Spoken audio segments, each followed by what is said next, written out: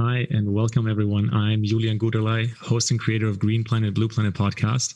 And tonight we're here for a roundtable during World Unity Week on the genesis of seeds. And seeds is a currency to regenerate our economies, our communities, and our environment. Seeds is a digital currency that aligns money with value and value of people, planet, and prosperity for all. So I'm super excited to be here with CeCe Hart, with Rieki Cordon, with Joachim Stroh, and with Vishal Modal. I'm going to share a short intro about all of them before we get to hear from these epic people who have been working really hard to create the currency of seeds at the very core of it. And so you all are catalysts and architects of this innovative movement. And CeCe is a well-versed human being in food as a medicine, and also the human systems behind that bring out the best in people to live in harmony with nature and on this planet. With her partner Rieki, she's a pioneer of seeds. Rieki Cordon is one of the first pioneers of seeds who brings in more than 10 years of history and passion for alternative societies and economic architecture. He facilitates groups within seeds to help them find their path into the Renaissance. And about Joachim Stroh, he brings a passion for seeds as a knowledge management practitioner and organizational design catalyst through new human-centric ways of working. Joachim's mission is connecting people with paths, places, and protocols through indirect universal participation. And we'll get to hear more about all of that. And Vishal is a prolific technologist, a senior tech lead behind the scenes with platforms like Unify and now also Seeds. So I'm really, really excited to be here with the four of you. And I'd love to kick off with just a little bit of a context here for anyone who's possibly new to seeds, and for everyone who's already been exposed to what seeds is and understands what's going on. They'll probably like to hear that context as well. And so, just in a few sentences, maybe a few minutes each, CeCe, we'll start with you. When you think of the genesis of seeds and how seeds is being born right now, and I know there's a lot of energy rolling already to bring seeds to this point. What's your story to come into such a big creation, and what's your role in that big creation? That's a huge question. Where do I start? For me, seeds is a dream. It's a possibility of hope for a new world, and I look at it as a necessary alternative to what's currently available to us. And it's really important for me because I'm, 30-year-old woman looking forward to the future for my children. And I believe that our current society is just not cutting it. So seeds to me is this philosophy, this idea, this movement to give to the future generations, to give them a potential for something better than what we currently have right now. And my role in that is to constantly pull in the thought patterns of maybe the old world, the past paradigm, whatever you might call it, and intertwine them with new age, new world thought, where it's what are the problems that we need to overcome to have something that we would be proud of to continue forward with. What things have not served us, what things have hurt us and harmed us in the past in our societies, and how can seeds change that by having a body of humans that are electing the processes that are taking control of that system. That's the most fantastic part of it. So my particular role is, I guess, health and wellness coordinator.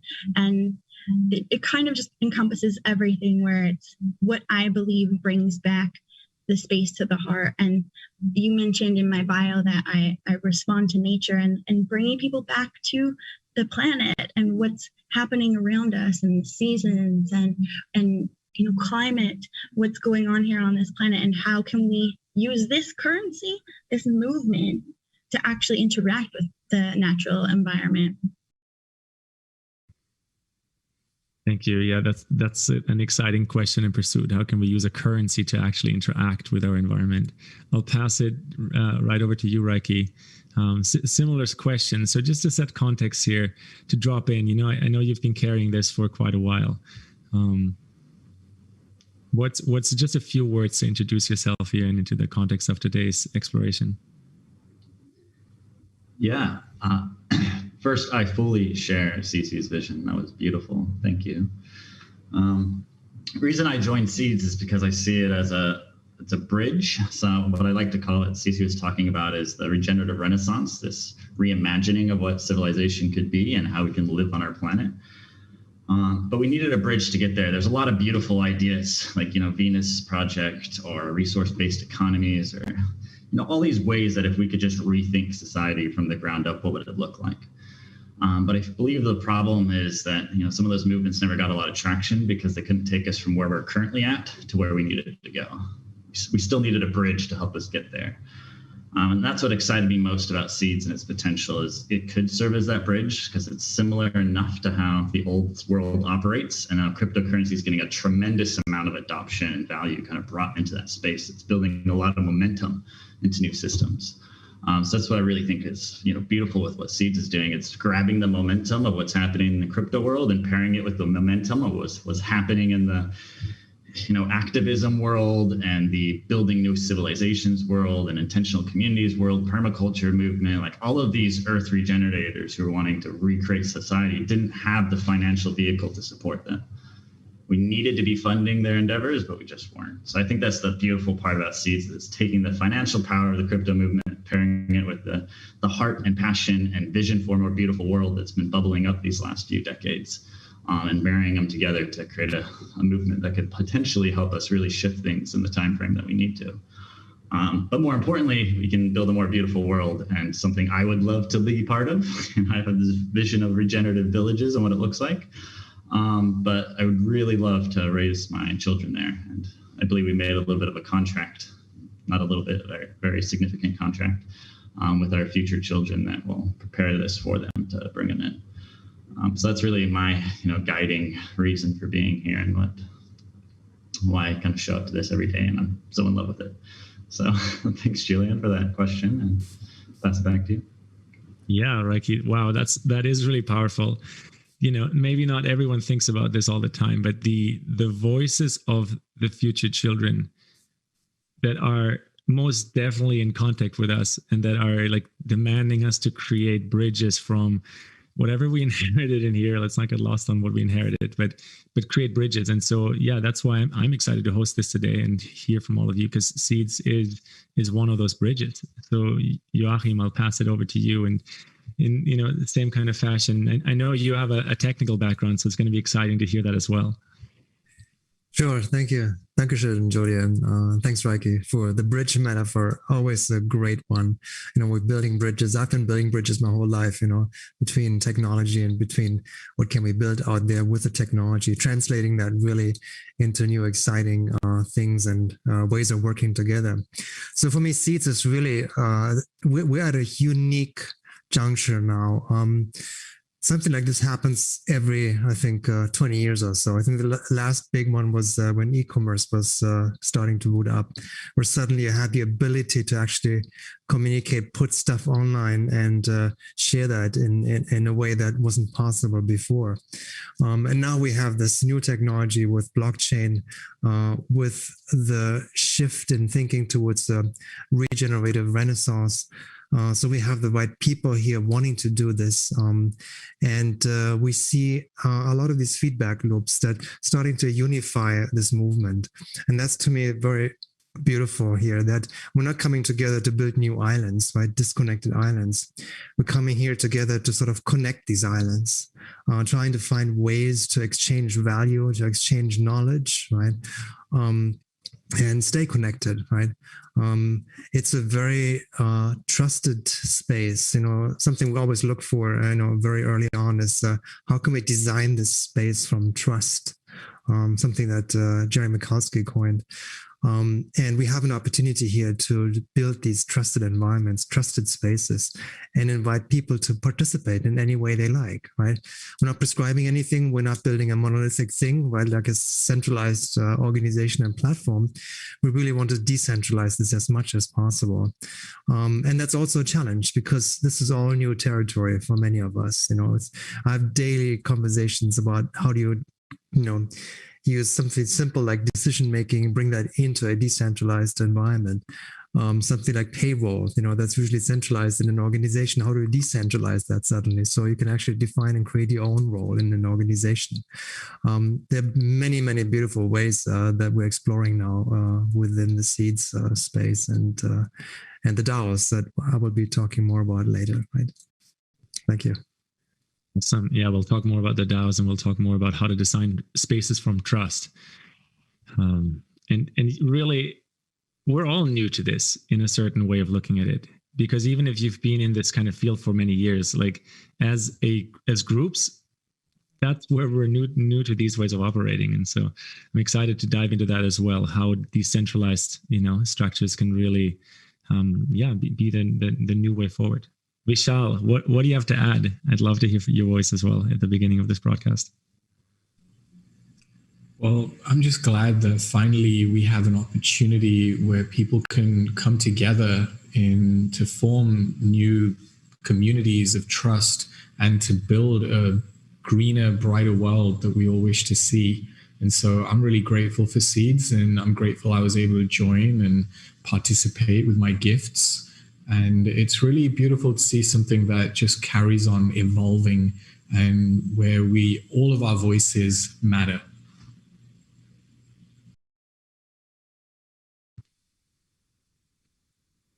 All of the voices matter. Yeah, let's weave that back in a little later. I love these intros, guys. And one of the things that really stood out to me, Joachim, is when you spoke about this nexus that we're sitting on. He said every 20 years or so, there's this stepping stone in our collective human evolution and through technology as well. And so let's maybe start there, where the evolution of Seeds is and why this is the genesis time for Seeds, and how and why society is readier than ever to adapt a tool like Seeds.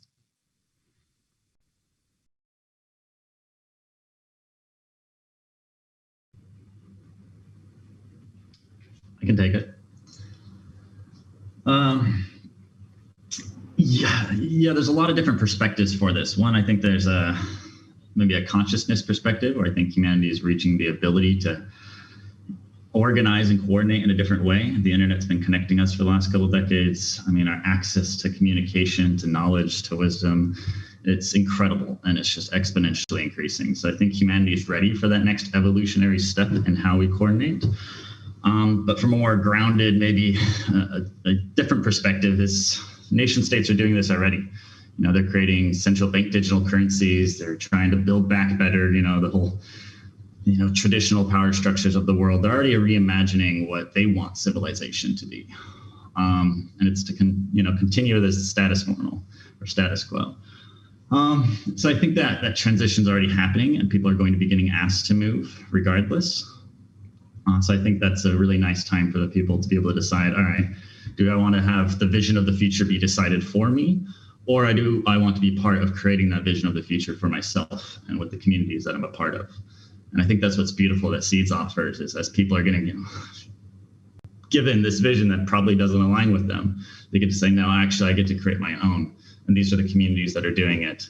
Let's work together and play together and imagine together and build the societies that we need, which is what I think is happening right now regardless. So I think that's why it's a good time. Is I don't know if we really have a choice in the matter. We're just kind of along for the ride. That's my piece. I'm sure there's more. This was a great start. Joachim, Vish, or CeCe, do you want to add something? Sure. Rieki mentioned a very important point, which is coordination costs. We're now at a point where we can actually lower the entire coordination cost of the network. That is really unique. And you can just only imagine what's going to happen if you lower this further and further and further. If I, work inside an organization, I suddenly can reach out, see other organizations, see who else is there, right? I can broadcast what I'm currently doing in my organization, right? I can help out others. I can begin to exchange knowledge. I can transfer sort of the DNA of my organization into a new organization. One of the things we've created at Seeds and Hi-Fi is the ability to actually replicate our network very rapidly, right? So it's not just one organization that's coordinating a lot of the things. We want to create almost like a meiosis, if you compare that to a biological thing, right? So it's a cell merge and you create something new. You create a new entity out there, and that inherits, some of the knowledge from the parent, and then goes out on its own and moves into the network and connects with new people, right?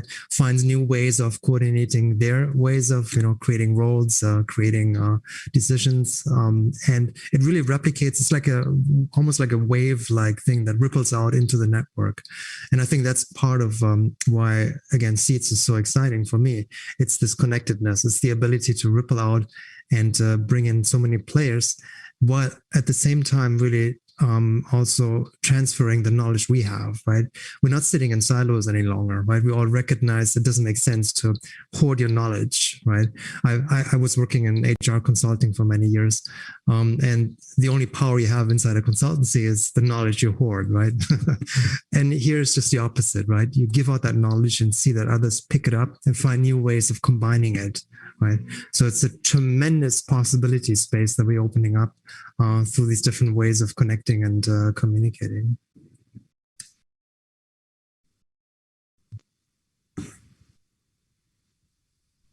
Yeah. The space for possibility there is literally infinite. I think this is why these topics are also for newcomers to a currency like Seeds. It takes quite a while to understand all of the ins and outs. And really what I've been noticing is the best way in is to participate. The best way in is to be part of the actual, the actual decentralized process, right? And I think this is something to really demystify in this conversation today, is like, this is not really something the four of you are building and we're all waiting for it to happen. This is something that is a consistently active process of participation.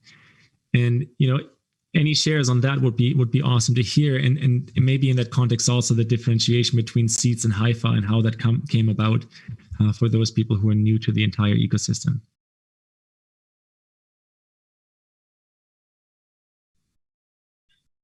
I can take from a participation lens, because it's one of my favorite things is that when we get people that have found Seeds or Haifa, usually Seeds, somehow in this big universe, it's a wonderful conversation to walk through, like how they got here and what they want.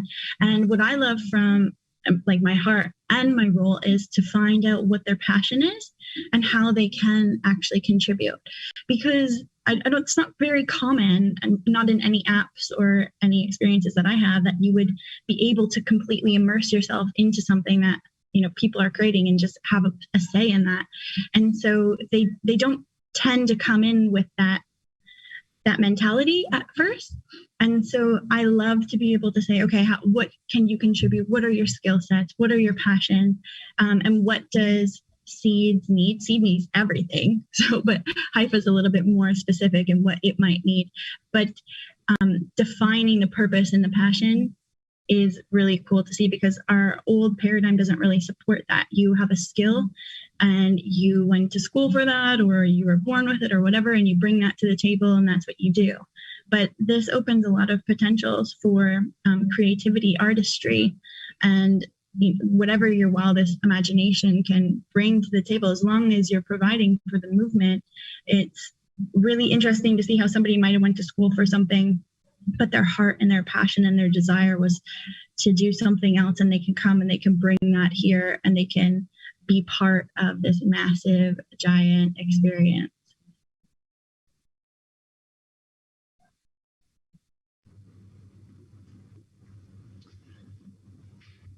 I can build on this. I love the quote you said earlier, that we're all new to this, Julian. And it's true on so many different levels.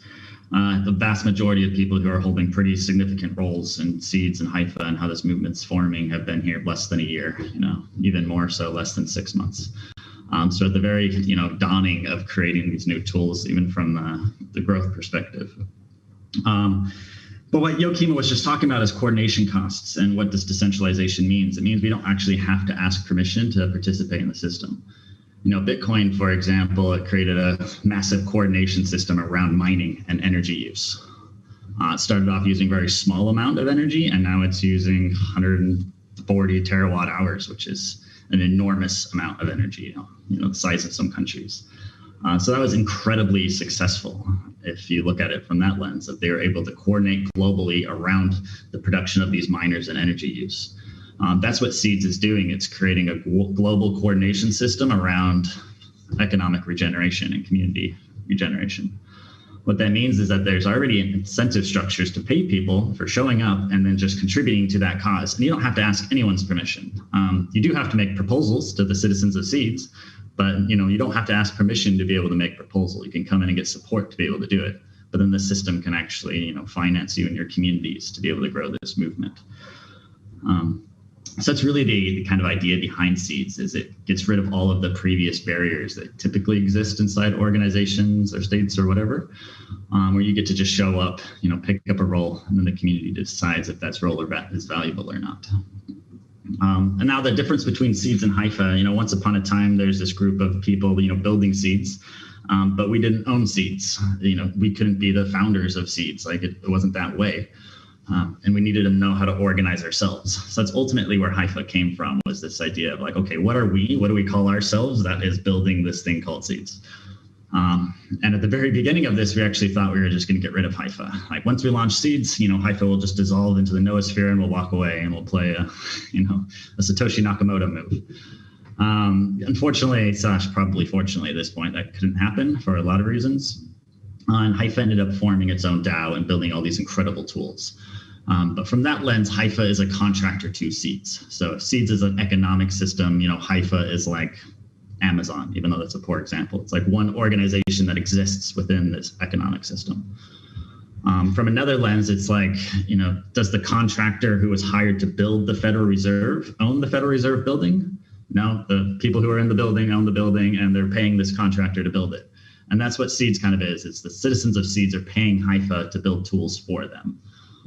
So Haifa's been showing up to do that and doing a lot of other stuff now, like launching the DAO and helping villages, set up their own decentralized human organisms on a village level, on a regional level, on different organizations, and kind of all of that. So Haifa is all about helping people rethink organization. And we're helping CeCe do that as well. Did that make sense? Yeah, very much so. I'm curious to have one of you elaborate a little bit on like the whole ecosystem that CeCe is. So you were really clear, Rieki, on well, both of you were really clear. For one, like the participatory experience of it, which that is, and I'll repeat myself, that is what we're all new to, right? We can claim that we've done all this in spirit, but really on the earth, in the most pragmatic sense, collaboration is one of the probably our gateway to freedom, but it's also it's our test to freedom as well. Like our ability to collaborate as humans, despite any biases or any kind of preconceived notions. And so that's massive to invite into that participation and know that that's the pathway through. And that's what I see in CeCe, right? That is the chance here. Now, to understand this a bit more in detail, when you speak of creating a whole new economic system, but then for me as a user, I can log in and use it as a currency. Maybe we can just continue to unpack this. Yeah, it's a great question, Julian. And for me, at some point you recognize, planet Earth is quite darn big. There's a lot happening. So you have to start thinking about where do you put your priorities? Where do you go first? And then you start thinking, why do you go first into that specific bioregion, right? Why do you activate that specific community, right? Why do you join with this alliance partners? Why do you, find out what knowledge and think tanks are in the same space that think about energy, think about education, think about transportation, right? So you kind of have to bring them all together, but you have to coordinate this again, right? So you have to say, yes, we don't want to, organize this along political lines. Maybe something like a bioregion makes a lot of more sense, right? And then you break it down into these sub-segments of, so who is going to, show up in that space? What kind of tool sets does that particular group need in that space? Because every bioregion has its own characteristics, right? So you start thinking about all these taxonomies and all these ways of connecting people, and you think longer term, right? So this is really, built for not short term, setting up a platform and then people can download it. It's really like building the foundations here, right? Understanding what the bioregions are, understanding the communities, the governance that's happening in these communities, the indigenous communities that already exist on the ground, right? That have done so much in the past, and we want to highlight and bring that back. We're not jumping into these spaces as an NGO, right? Whereas United Nations, first aid thing there and then leaves again. We want to work together with these people on the ground, but for that to happen, we need to really understand that. We need to jump and be active in these spaces. So give you one example. We're going into Vilcabamba in September, a few of us, and in Ecuador, and just get to know the people and get to know the community of Vilcabamba, a small village in the mountains there, and see how we can work together with them, right? And see what of the tool sets that we have make sense to create a small circular economy, right? A small organization, a small hub, right, for a village that allows them to create and improve the livelihood of all the participants inside the village. Right. So that's kind of the goal here, to really figure out the big map, the big picture. But then since we don't have all the resources and people available, dive into those that make a lot of sense, that we can actually have an impact, make a change on the ground. That's one of the ideas, I believe. Yeah, that's a great idea, is to start where impact is actually possible, right? I think this is one of these mind traps in our human existence, that we want to figure out how things work and then create these big plans for everyone to walk away with. But really, rather than figuring out the big plans for everything, when we start in, and you said it really, really well, in bioregions that have a similar or a shared need or necessity, right? And bioregions is such a more accurate way to live by than, let's say, nation states. And when we look at what these bioregions need, very often, especially in this state of the world where we have like developed world and underdeveloped world, which is a horrible way to address it, but especially in those cases, there are a lot of bioregions that are actually suffering because resources don't get distributed, because people don't have access to things. And so that's where, from observation, I believe Steve has a massive potential. There's a few questions I want to throw to each one of you, but Joachim, as you were just sharing, maybe I'll throw it back to you first, and just explain a bit more around this huge undertaking and how to launch it from the DAO perspective, like how to create a decentralized human organization and how to push that out into different bioregions, what that process can look like in more detail. You gave a great example with Vilcabamba. Sure. Thanks, Julian. That's a great question from the audience there. So we started with sort of dog fooding, right? Using our own DAO to build the DAO, right? So Haifa is a DAO. We call it the Decentralized Human Organization, or DO, right? That has very much a holonic structure, right? There's some great principles how you build organizations. And one of them is sociocracy that we're following a lot. So it's nested organizations, really, right? Applying that to your own organization. But we quickly realized, right, we can do this, to ourselves, but we want others to benefit from these learnings, from these tools, from these ideas that we brought into Haifa, the DAO. So we quickly decided to say, what patterns do we see here? What's a good way to govern and make decisions inside a DAO, right? How can you set up a proposal? How do you vote on the proposal, right? How you can have a fair sort of unity and quorum for everyone? How to make it transparent that you can see all the data? And how do you reward people for that, right? So there are all these questions that we answered within Haifa, the context of Haifa. But now we're taking that whole thing and create what we call multi-tenancy DAO. And I see DAO almost like a next generation of DAOs. Early DAOs were very sort of trustless, making sure, bad actors can't make any harm inside the organization. Now we're creating more of these trustful environments, right? I mentioned earlier that it's designed from trust, really. That gives us another level of how we can invite people into these spaces and show up in an open, participative fashion, right? So you, Julian, can go in there and say, let me talk to that circle. Maybe they need a role. If so, maybe I create my own role. I propose my role. People see that across the organization and they like what you want to do inside Haifa. And you vote it in, and suddenly you have a job, right? But it's not a job sort of in a traditional sense. I always distinguish that, right?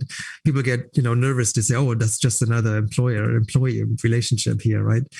It's really just walking into this space, getting rewarded for the work, and you can actually define for yourself how much commitment do you bring into this space, right? Do I do full time? Is it maybe 10%? Maybe I split my engagements into multiple bits and pieces here. That's all possible. So flexibility is really everywhere. So we're now taking this model here and replicate it. I mentioned earlier on sort of this meiosis, right? So replicating it into the next generation of duos. And what we're doing now in July, August is to invite the first set of duos that they create their own spaces, and they can now define whatever they want to do. What kind of roles do they have? What kind of reward systems do they have? What kind of tokens do they want to use inside the DAO? And then play that out, right? If they're comfortable with that, if it works, we have a model that's replicating, right? And then they can create children out of this, right? And say, okay, next wave, we teach you what we've learned, right? We have a concept called organization in a box, right? So almost physical box where you put all the ingredients in there what do you need to get started to build an organization like that? And you can replicate that also for marketplaces, right? What's a marketplace in a box? What's needed to set up a marketplace? Or a village in a box, right? What do you need to get a village going? So there's some fascinating, ways of what I call deploy this technology, right? So staying connected and inviting people to launch their own DAOs and then go from there and create their own models, improve the model really, and build on top of that. That's the core idea there. Awesome. Anything to add, Vish, Rieki, or CeCe? No. Yeah, maybe. Yeah. Well, the original question was something about, how do you support seeds or participate in seeds and making payments or something like that. So I love the answer of this question because it took it broader to what seeds is actually doing, which is creating different types of civilizations. But a lot of people would run into seeds and just look at it as a new payment tool, just like PayPal. And I hope we're making clear here is that seeds isn't just a better way to pay, a better, faster, cheaper one, although it is. It's a new way of creating a different type of civilization, and people can support it by just changing the way they pay. So it's not like I'm going to change how I pay because I'm going to make, I'm going to pay less fees. It's I'm going to change the way I pay because that helps me support this creation of a new civilization, and I can be a part of it. And I can make more money in the process. Like, great. So that's kind of the idea is there's so many different levels of how someone can participate in this, where they could start off at the very, very top and just maybe they buy a few seeds and they say hello and introduce themselves, and then they walk away for a couple of years. That's helpful. That's beautiful. That's fun. Or maybe you actually start using seeds to, provide some services, like you're a yoga teacher. So maybe you say, hey, I'll start doing yoga and I'll accept some seeds. Awesome. Maybe you have a business and then you want to start inviting your business on. And each one of these levels, actually, the more you get involved, the more seeds rewards you for your involvement. That's how this ecosystem can literally pay you and pay the community for providing services to itself. So if you're inviting somebody in, for example, and then you actually help them understand the system, you earn a referral fee. It's not because we're trying to, do some multi-level marketing scam thing and bring more people in. It's because this is a way the system can compensate everyone for providing the service of movement building and helping other people understand the movement and holding their hand. We can pay people for that service. I think that's really important. And that's just one way the system can start paying the community for what it does. We just launched this thing called Gratitude Token. It's like a hive mind way of distributing an economic system. But what it is every resident and citizen starts off every new moon with gratitude tokens. So they have 100 or 200. If you're a resident, you get 100, citizen, you get 2. The thing about these tokens is they don't mean anything until you send them to somebody else. So what this does is now every participant in the system has a signaling tool to say, hey, I really like what they brought to this game. I'm going to give them some gratitude. Or I really liked how he sat with me and the presents they gave me. I'm going to give them some gratitude. Or they built a tool or whatever. And now people can show up, just add value in their own way that they think is valuable. And the community could say, yep, we think that's valuable, and send them gratitude. And at the end of the cycle, we can see where all the gratitude flows. And then we can send other tokens like seeds, which then you could trade for fiat and actually, potentially earn a living. That's where we want to take this, experiment, is that we can have a new system, a new economic model where people can show up, just start adding value, give what they see that the movement needs. The movement can reflect that back and say, yes, we find this valuable, shower them in gratitude. And at the end of it, they can make enough to meet all their needs. I think that would be so incredibly beautiful, and it's possible. And that's just one way that we're exploring, rethinking how an economic model could work. But the reason why I share all that is because how you can get involved is so like it's an iceberg. You can start at the tip and just earn some gratitude, or you can go all the way down and really commit in taking key roles within, HIFA or other decentralized organizations that are serving seeds. I think at least half of HIFA is under a year old for the members that have been there. So all of this is at the very foundation. So if you're hearing now, there's a million ways to get involved, and I'm sure we can find space for all of it. Yeah, and the takeaway really is, again, we said it a few times, participation is key, which is, again, it makes so much sense, because sitting there as a consumer waiting for change will never actually bring about the world. Everyone who is in this broadcast today, not just the people on the screen, everyone listening, the world our hearts are dreaming of, the world we truly know we're here for, that will not come through more consumption and sitting back. That will come from you taking yourself seriously as a creator, and whatever is in your heart to do, go and do this. And when we collectively use tools like seeds, now suddenly we're actually not just standing the chance to change the game, we're already changing the game. I'd love to explore this a little more, actually, because I know that just tip of the iceberg, old world social systems are profitable, make it profitable to exploit the natural world, right? It's like one of the horrendous ways in what the old world is based on. And in seeds, it's not just a different ecosystem, but there's this, you mentioned one example, Rieki, with the gratitude token, but there's an ongoing reward for regeneration and regenerating our planet. And CeCe, maybe this is a question for you to take. I'm not sure, but this ongoing regenerative renaissance that we mentioned a few times, I'd love to have this kind of being broken apart by you guys so we can all feel it a bit more. I'd love to share on this a little bit. We went to a huge financial tech convergence, I think 2 years ago, and trying to explain to people that you could be rewarded for doing good was so foreign that it was making our heads spin. And I realized that how silly is that all of our systems, not all of them, but most of them have been built to, like you were saying, to degenerate the planet or to take from the planet to make money for whoever. And this system doesn't do that. So to try to retrain our brain to say that how we interact financially, economically, could actually serve the planet and, moving forward into generations is a concept that takes a while to sink in. And so what I ended up saying was, would you use a different currency if you knew that it was not supporting war? I'd be sensitive to some topics, but let's just say war, because most people would agree that they don't want war, but yet national funding does support war. So if you had another opportunity to use a currency that instead was totally devoted to doing good for the planet and the people, would you not just switch if it was easy? Well, of course. So then how do we walk you through this to say, okay, well, it is easy. You can literally open up your phone and start to take payments, but your mission now is to let other people know so that you can actually use this currency. Because if the currency is not being used or accepted, then we can't make it possible for it to be that alternative. So it's activating inside that passion to say, this could be a huge opportunity for you, your children, your family, your friends, whoever, your network, if you so choose to take this on. And that's where I love the game of seeds, how it's all built to incentivize you to, now you're in, but now you're passionately in because you are part of this. And the more that you expose it to other people, the more benefit it actually comes back to you, like Rieki was saying. And then there's the other added part of the reward. But most people, I feel like that's just a perk. I mean, if you get to this point where it becomes actually an alternative, and now all of your interactions financially are serving the planet, everybody's like, well, yeah, like, of course that's what we want to do. So I think that's really the one of the coolest parts to me. And I'll drop off there.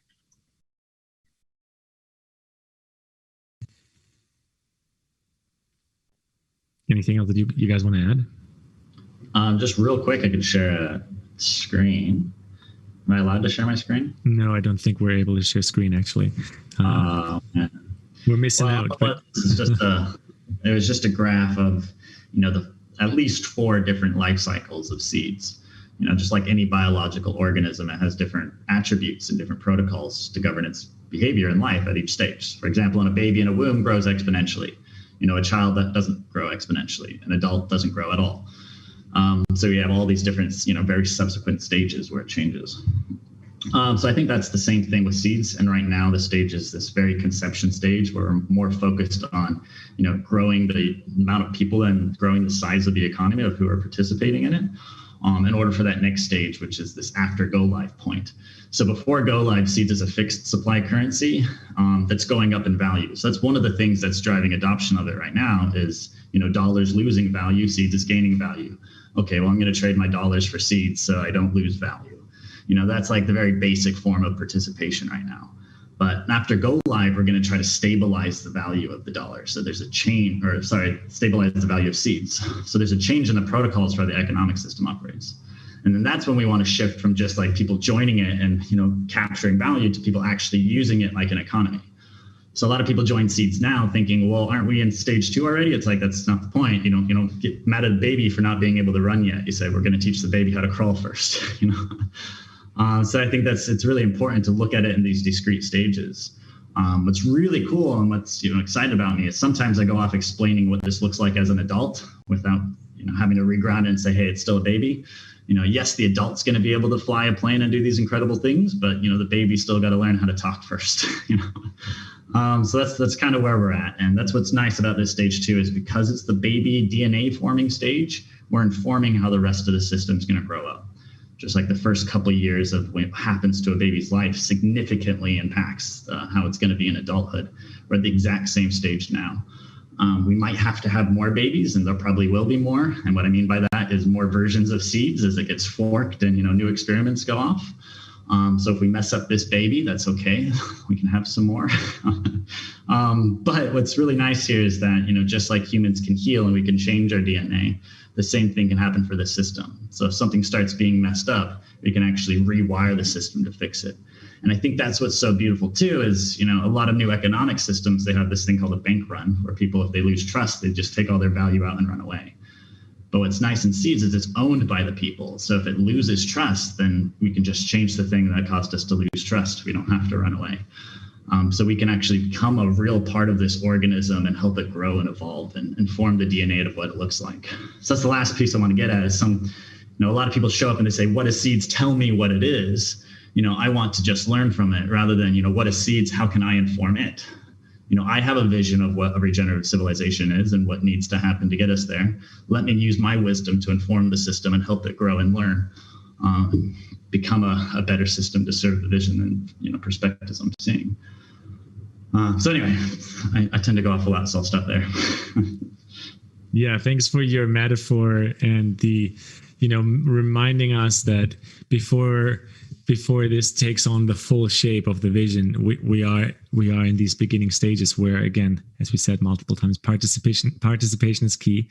So if you've been listening to this, get active, and if you're participating, create a truly decentralized ecosystem, and this is very exciting. I do want to kind of hook back in on just the term decentralization and how how we can honor that in a way, or how that is really the new thing for all of us humans. I know it's been a buzzword for a few years, but it still is really the next frontier, is to truly create decentralized structures. And so from any of you, maybe Vishal or Joachim, we haven't heard from you in a bit. If you wanted to add some more about that decentralized structure and how that is, how that's what's allowing, as Rieki was just saying, the baby to take its first steps.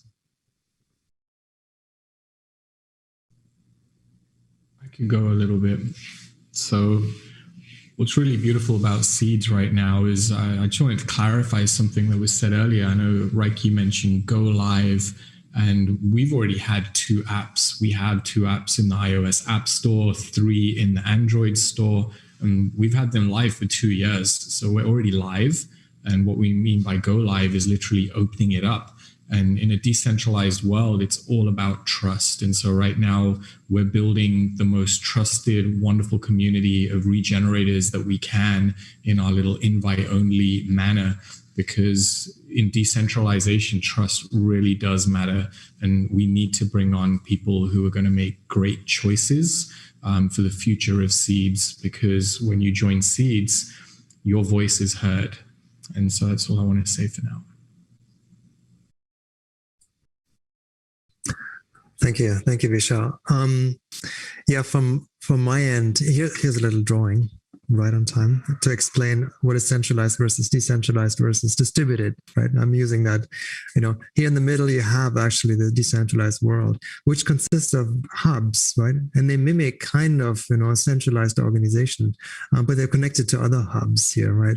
So for me, this is really the purpose of building a decentralized ecosystem. Is you have these people and these nodes, right, that work together with other hubs, and they're kind of centralized, but only in their local context, in their segment, in their bioregion, right, and then they spread out from there.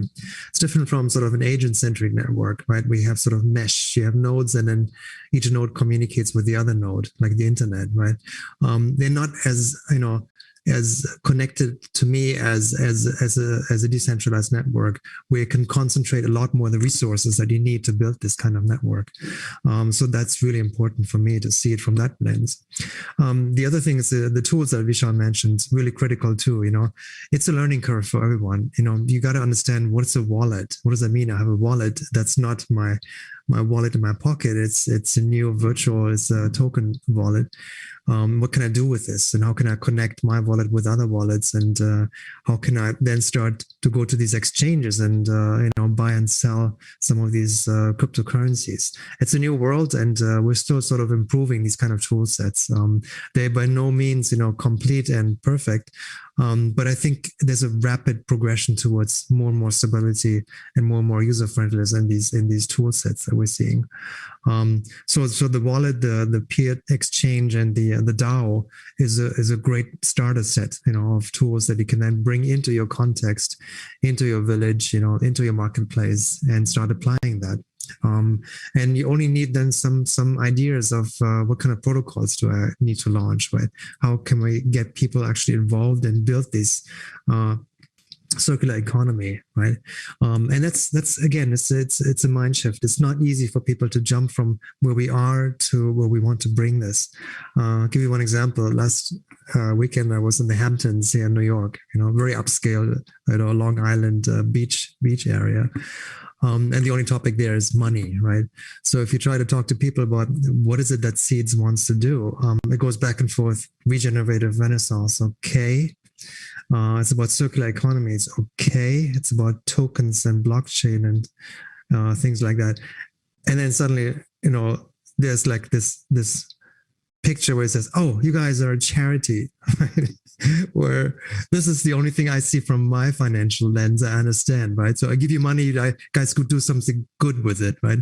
I'm not really expecting, huge returns or stocks from that, but it's doing something good. So you can see that this is a whole different shift in the worldview, right? You can't compare that anymore, right? So that's the hard part, I think, for us too. You have to experience it, right? You have to download the passport, let's say, and earn some seeds, do the gratitude thing, and then you get to understand how this all connects and works together. Right. That must have been a fascinating weekend outing for you, Joachim, to to be labeled a charity. I have a few questions, and then I think we're going to transition into Q&A and take some questions in our Zoom space here together. And before we do that, I'd love to, we talked about trust and systems of trust a few times, and now there's maybe just to context this, what's a trustless system in comparison to a system of trust?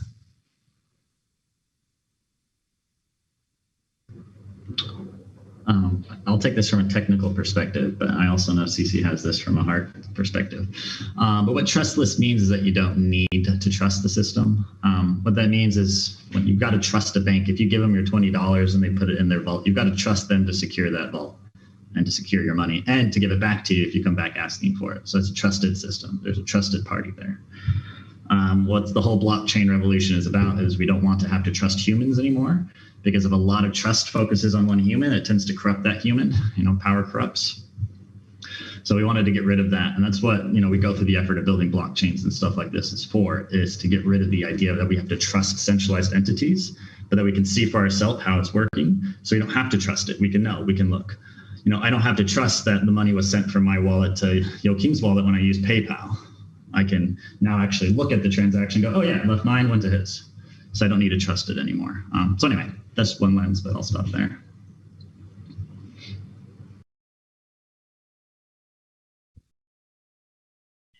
Because Rieki mentioned it, I can weave in here a little bit.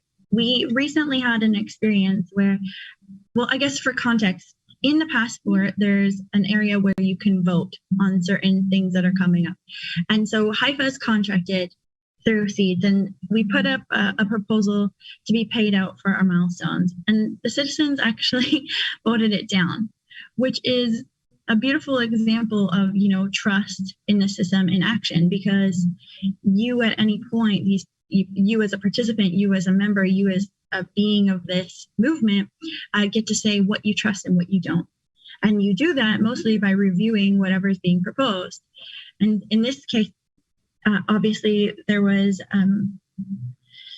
a break point between what they trusted and what they wanted. And so I think that it's fundamental to trust that you can see, yes, like Rieki said, on the blockchain from here to here, but also there's a level of heart trust, like what somebody is offering, is that good for the movement in whatever way that you as your own human come to this table and then evaluate that. And like, for example, my parents, trying to explain this to them is wild. And they said, but everybody's going to have their own opinion. And that's why, going back to the beginning, like I think Vish said, is that we tried to bring in like regenerative minds to the beginning to start this community up, so that the trust is built, so that we all know that what's being done is, better for the planet, is toward like the more beautiful world that we have all agreed to be working toward.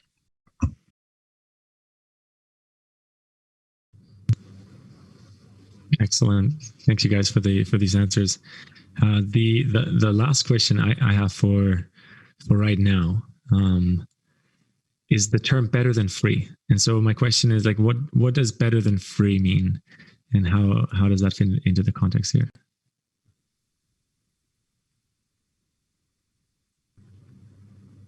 I feel like all these questions are my topic section I was asked to take on here. Yeah, better than free.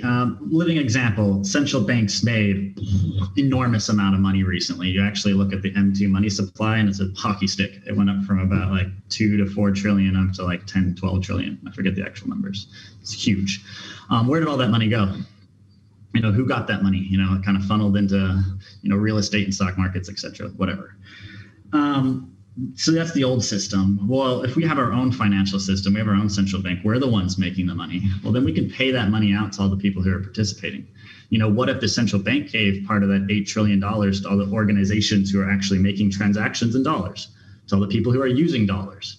If I ever use dollars, which I don't rarely ever use dollars anymore, but let's pretend I did, and I could get a note every year that's saying, hey, thanks for being a loyal user of US dollars. Here's your check. We don't get that. It seems a little bit absurd too, but why not? So that's what Seeds gets to do, is since we're creating our own money and we're the ones creating it, distributing it, we get to say, hey, were you using it? Were you actually participating in this economic system? Well, we're going to pay you for doing that. You participated a lot. Here's your reward. So sending seeds is free. It already starts off as free. But if over time through participation, you can actually get paid for it, then it's a better than free currency. And that's what seeds also needed to do. We needed to be better, faster, cheaper in every way than the dollar in order to get people to change over. So if me handing you $20 is this currency that's losing its value all the time, so I want to spend it actually. But anyway, holding dollars is a terrible thing to do. Just by the way, if you're doing that, probably put them into land or real estate or local food systems or whatever, anything other than dollars. But so giving somebody else dollars right now is free. Last thing actually I'm going to share, where seeds was in the early days was all about a local food system. We need to heal our food systems. That's what civilization needs. We can go into that for a while.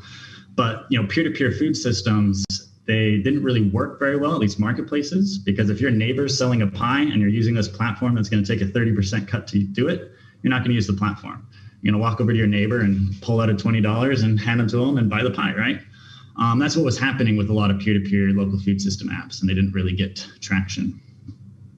So that was our first problem we're actually trying to solve, is how do we make local food systems better, faster, cheaper, so that it's better to use the platform than it is to just hand them $20. So that's where the initial, better than free economic model came from, is how do we reward people for participating rather than charging them a fee? But then that extended out. If we could do this for food, we can do this for a whole economic system. So we said, okay, how do we build a better than free economic system? So that's kind of how the evolution of that concept went. And thus the game of seeds is born. Yeah, that's a beautiful answer. I mean, Rieki, I know that you're very knowledgeable on that, and that's probably why you took the question first. But is Joachim, Vishal, CeCe, do you want to add something to this? The game of seeds and, the better for free mechanism, like you're actually earning seeds just for the reason of participating and generating positive change in the world. Right. Maybe one thing, sometimes there's a misconception of if you have free transaction, how do you make money in this environment? Or is it a good thing to make money, right? And this is absolutely part of the picture, right? So it's okay. Circular economies have revenue models, right? So you can offer your services, you can sell your services and people buy these services and you can attach a value to that. Right. So it's all about sort of what kind of value creation is behind the work you do. What kind of things are you building in your village? What kind of knowledge do you put together, in your organization that's helpful to others? So there are many, many ways to do this value exchange. To even, if you feel like an organization is very much, in the right space, to provide some equity, provide some funding for that organization, right? So they can grow faster and you get some returns out of this, right? So these are concepts that are not really in the traditional world, but they are also possible, of course, in a circular economy. That's, I think, let me stop here. I think that's an important concept. And I will just say that to me, better than free is having a more beautiful world, in case you guys haven't caught that already from my point of view. But but also we have, different opportunities like better than free university, better than free education, better than free, knowledge shares. And even you can get seeds for planting trees or doing good deeds because there's all these campaigns that are available. So essentially, you could organize a beach cleanup, clean up your local environment. I'm talking about my local environment, and that's a big problem, and get paid in seeds. So therefore, better than free. And I think it's truly amazing when people hear this, because now you look at things differently, where education in the old time, it costs you money, you're in debt. Now you can go and we have what is it called? Regeneration U. I'm all messed up now. What's it called, you guys? Renaissance U. Renaissance U. I was just looking it up. I just got off a fast, so I have to say my mind is slowly fading here. But anyway, you can go and do that within the Seeds network, and that's a perfect example of this better than free situation. That's to serve you and to serve the planet at the same time. That's such a beautiful way to, slowly but surely come to an end of this broadcast. I feel like I do want to go around for closing remarks, but what you just said there, CeCe, really lands for me, and it continuously lands for me when I've interacted with anyone who is behind the Seeds ecosystem. And so I will go around for closing remarks. Do you guys want to share some more? I know there's a Q&A coming after, so we'll go into Q&As too. But is there anything else you guys want to add? Think of it. I'll add one more thing myself. And Rieki, that is in reply to what you shared about, imagine the Fed would pay people for using US dollars at the end of each year. And then the question is, why not, right?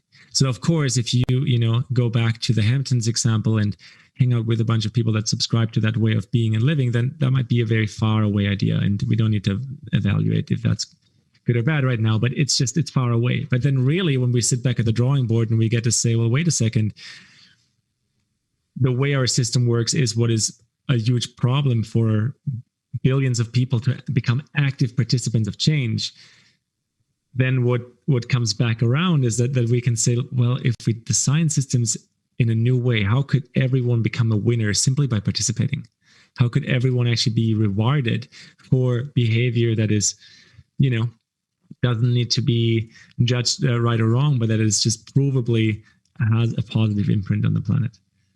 Right. And so I think it's a genius idea. That's what I wanted to highlight here. I think it's a simple idea, and it definitely looks crazy from some other perspectives. And usually that's a good sign. And so that would be my closing remark, just to double down on these very simple ways of how we can allow value to create more ripples and actually reward people for the way we participate. And so we'll go backwards from how we introduced Vishal. I'm going to pass it to you one more time. Just anything you want to add. Yes. Well, if there's anybody that's looking to accept seeds in the future, whether you have a business or an organization, go on our website, click Get Started. And, we finally have created a beautiful mechanism where if people just support it, the whole world can be a greener, better, happier, beautiful place. And if you have any ideas or any projects of how you want to help impact the world and you don't have anyone to do it with, Seeds is here for you. We're here to build the tools and the technologies to support all of these wonderful ideas and organizations that are doing good in the world. So that's all I'll say for now. Thank you.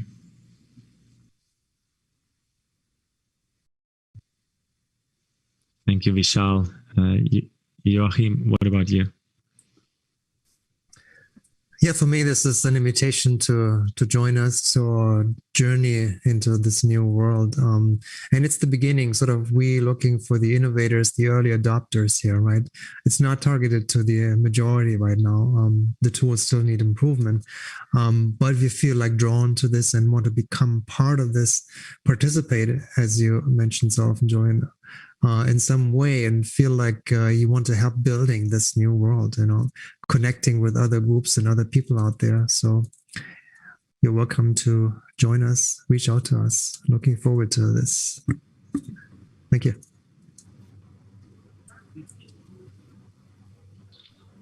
Thank you, Joachim. Rieki, how about you? Yeah. So Vish brought it up at the beginning. He's like, some people ask this question a lot. It's like, some people ask, how can I serve Seeds? How can I serve the regenerative renaissance? The second question is probably more important than the first one, because Seeds is here to serve the regenerative renaissance, which is this larger global thing that lots of organizations and people are doing. We're all being called to serve this, at least a lot of people here. Seeds is a tool to serve that. So the question isn't so much, how do you serve Seeds? It's like, how does Seeds serve the regenerative renaissance? How can I use these tools to, regenerate my community and build a new world for myself and others? And the last thing I wanted to say is just echoing what you're saying, Julian, about, why not? And I love that, because, why not recreate a new civilization? Why not create our own financial system? Why not try to have drinkable rivers? Why not have multi-species cities? Why don't we have these things? And if we keep asking that why question enough, we actually get to the foundation. a lot of times it's like, why not we do it something that does sound utopic, but then you ask that enough times and you get to the bottom, it's like, oh yeah, because it'll break and that's not actually a good way of coordinating, or the incentives are off or something. So I love the why not, because we can start in a crazy place and then bring it all the way back to ground it to realize why not. And if we can never figure out why not, then let's do it. So, and that's kind of the governance process of seeds anyways. Anyone can show up and they get to say, why not? Why not we do this economically? And the citizens can come back and be like, actually, if we do that, it'll break. And I'll be like, oh, well, that's why not. But it might be like, oh, actually, if we do that, it would improve. That's great. Like, yeah, why aren't we doing that? Cool, let's propose it and let's make that. So I think that could be like our, tagline for this whole thing is just why not? Exclamation point. That's it. So yeah, I'll leave it with why not. Right on. Why not? Thank you, Rieki. And CeCe, last but not least, thank you so much for everything you've already shared. What's your closing words before we go into the Q&A? Well, thanks, Julian. Every single person that's listening to this, or that's even not listening to this yet, we all have a vested interest in an alternative future. You might have children, you might not have children, but this whole system is being designed out of complete passion and love for what's coming next. And why not, like Rieki said, this is, if you look at it like an iceberg, if that's what you want to look at it like, you don't have to really do much. You just have to change, or you have an opportunity to change what currency you use, and you can still be participating. If you really want to get into this and you want to work with Joachim and you want to build a DAO, you can. And that's what's so fantastic about this, and what I invite to each of you to come into here for. If you just feel like overwhelmed, I don't really have that much time or energy and I don't really know what to do, start small. It's fine. You can come in largely if you want to later. But I think fundamentally what we have here is when it hits home and it hits your heart, then you know that the potential of this and what that's going to expand you. So if you do feel like this has hit you in your heart, please do reach out to us and join us in whatever capacity feels good to you. Thank you. Thank you, CeCe. Thank you, Rieki. Thank you, Joachim. Thank you, Vishal. This was super valuable time spent for me, and I know for everyone listening as well. And thank you for the work you do. And we said the word many times. I think it's clear we want people to participate. And so we'll transition right now into Q&A, which is a great time to ask any of your questions as well. So thank you so much for this Genesis of Seeds Roundtable.